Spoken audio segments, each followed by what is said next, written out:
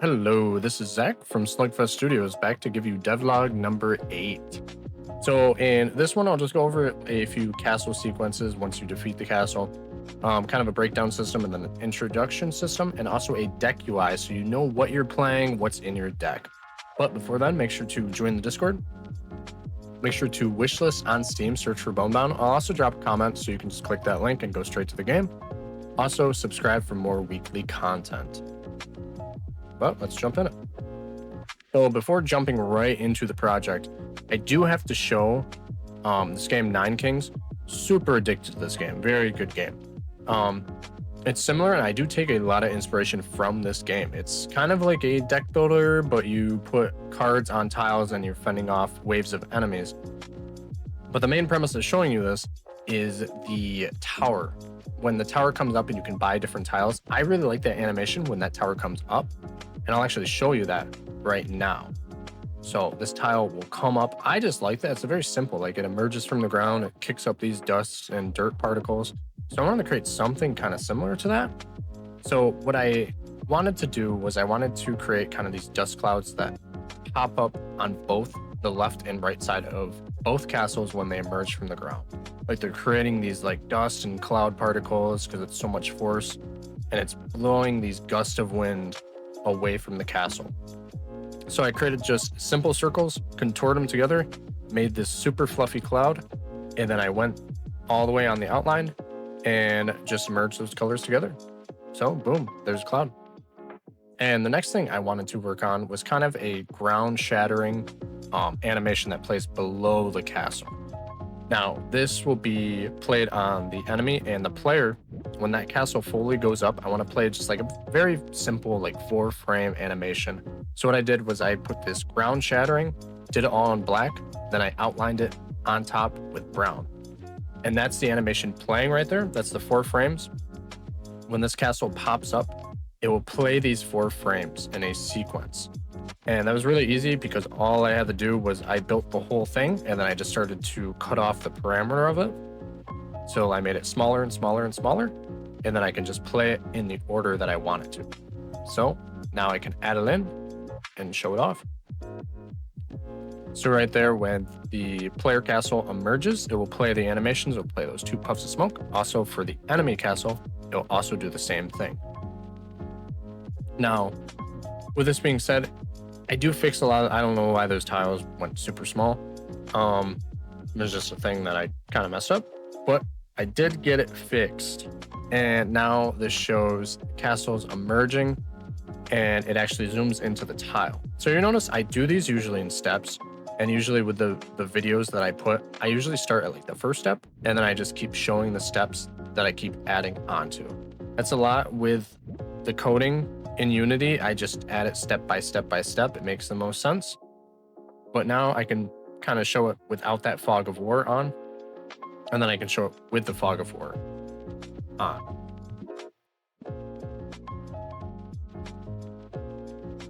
You'll see here, I put those brown dirt pixels that come up from the bottom of the castle too. I put those in as well as kind of like an extra animation. Yeah, the enemy castle will rise from the ground. The cloud will come up from the sides, the ground will break, and then those dirt pixels will shoot up. And that's done for the castle. So now it's time to work on the sequence. What happens when your creature defeats an enemy castle, drops it to 0 health? What happens? So now I work on the first step, and that first step is pretty much showcasing just when the boss is still active, but you defeat the enemy castle. This will pop up. You defeat the enemy castle, but the boss is still active. Stay to defeat the boss. No creatures will spawn from the enemy castle anymore. All current creatures in the road lane will stand still to wait the boss's defeat. Now, there's certain ways. So there'll probably be certain ways to play the game where you can just skip the boss all the time. But the important thing with defeating the boss drops important things called relics, which those power up your deck. That's why there would be strategies where you want to defeat this boss, get your relic, and then defeat the castle, or you can do the opposite order. You can defeat the castle first and then just worry about the boss. And right there, I actually show it does the opposite effect now. That castle sinks back into the ground once it's defeated. And then this will pop up. If the boss is defeated, that won't pop up. because the castle is pretty much the last part of that sequence. So you would defeat this boss, obtain the relic, and then if you defeated the castle, then the turn would be kind of over. But here's saying no, and right here, this is the first sequence, so this is kind of a attachment phase. So you want to attach any cards that you can to your creatures right now, because you're going to find out all of your creatures on the battlefield and in your hand will shuffle. And right here, so this is actually the selection phase. You can bring up to 3 creatures with you for the next turn. So this will put the 3 creatures that you order in will go on top of your deck, and then you can draw those cards for the next turn once the map figures itself out, builds it up again, and then you're going to defeat another castle. So this is kind of a good system where like you can take hand cards, battlefield cards, whatever you want, and you can actually order them in any way that you want, from drawing first to drawing third.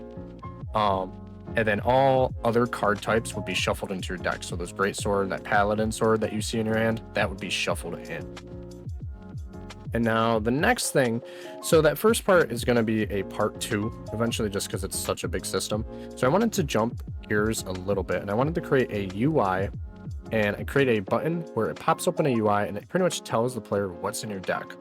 So the first step was creating a button. I wanted to create a tiny little tab that goes next to your deck where the player can press that, and it will show all the species in your deck, all of the creature cards in your deck, all the spell cards, the pet cards, all the different card types. It will give a full breakdown of what's in your deck. So you can actually kind of figure out like when relics drop, because there will be relics that like all of the undead in your deck get a +1 to a certain stat, or all of the undead in your hand get a +1 stat. So there'd be very niche things where like you actually have to kind of pay attention to these things, and it's really good UX to show the player what's in your deck. I think all kind of deck builders should have this. I think it's very something it should be in most decks, so you can figure out what the heck you're playing.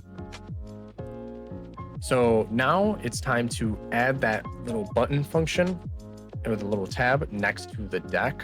So I actually add it to my deck, and I just add that button right to the side of it.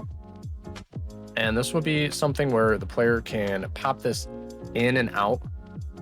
And I wanted it to be a tab where you can click this and it'll actually show all of the species, all of the card types, and all of the classes. So it's actually like, it's a full breakdown, but I want it to be something where like if the player doesn't want to look at it, they can close it. And I created the deck summary and the classes page. So I kept these off screen because I can actually do something where these slide in. When you click that button, these slide in, they render all the information for the player. Just like that, it will slide in just like that. And I made one for the deck summary, which will show the card types and the species, and then the classes. There's also be relics that benefit off of, like, if you just have ancient classes, all of your ancient cards get a bonus. So you can also keep track of your classes as well. It's not something you're always going to be looking at. Right there, you can see that button, and I can actually click that right now, and it will show you what is in your deck. So it'll show equipment 7, merging 3, undead 5. It'll show a whole breakdown of what's inside your deck. So if a relic pops up that's like all spirits get +1 health, you can be like, do I have a lot of spirits in my deck? So you can open this up and you can actually scroll down and check it. And then same thing with classes. All casters might get a bonus. Okay, how many casters do I have? It's something to help manage your deck a little bit better and to figure out what's in your deck. And actually the thing with the relics is the relics might actually help you out with this too. And it might give you something for undead, because undead is your highest count in your deck. And it'll actually have the highest number in the species at the top. So it goes from highest to lowest in the species count. And it's kind of nice because it's like how many pet, how many spell, you can figure that out. But you'll see soon enough, I wanted to expand this even more. I wanted to push this to the limit and see, okay, creatures 18, you have 18 in your total deck, but how many in your hand? How many are on the battlefield, and how many are still remaining in your deck? So there's a full breakdown of every single species. And this is also a thing with like relics. What I was talking about is like all demon cards in hand might get a power up. I mean, obviously you could look how many demons do I have in my hand, but you could also see like how many are on the field. So maybe there's a relic that just powers up creatures that are on the field. You can actually check how many creatures are on the field right now, and if that relic is beneficial to take right now. I did the same breakdown for the classes as well. So you can actually click the classes and it will show how many is in your deck, how many is in your hand, and how many is on the battlefield. So it's just like, it's a little thing that it's not necessary in these types of game, but I think it definitely helps. Like, and me, if I was to play this game, I would want kind of a reference to see how much I have. Also, you can close it, never look at it again. I think it's something that helps. I think it's good if it helps. And that is it for devlog number 8. So there's definitely going to be a part 2. Kind of the video before this too with the bosses, there's going to be a part 2 on that. I didn't want to jump right into that, but these systems are just really big with the sequence of the boss and defeating the castles. It's got to get broken down in 2 parts. And just another friendly little reminder, make sure to join the Discord. It's in the link below. Wishlist on Steam, search for Bonebound, or just click on the comment that I'll drop in the comment section. That'll bring you straight to the game. And subscribe for more weekly content. Still going strong with weekly content. There's a lot to do for this game, so there's a lot of footage I have to go. So don't worry, I'll keep dropping the videos. And always remember, castles do not rise up just to say hello. Better watch out. Thanks for watching.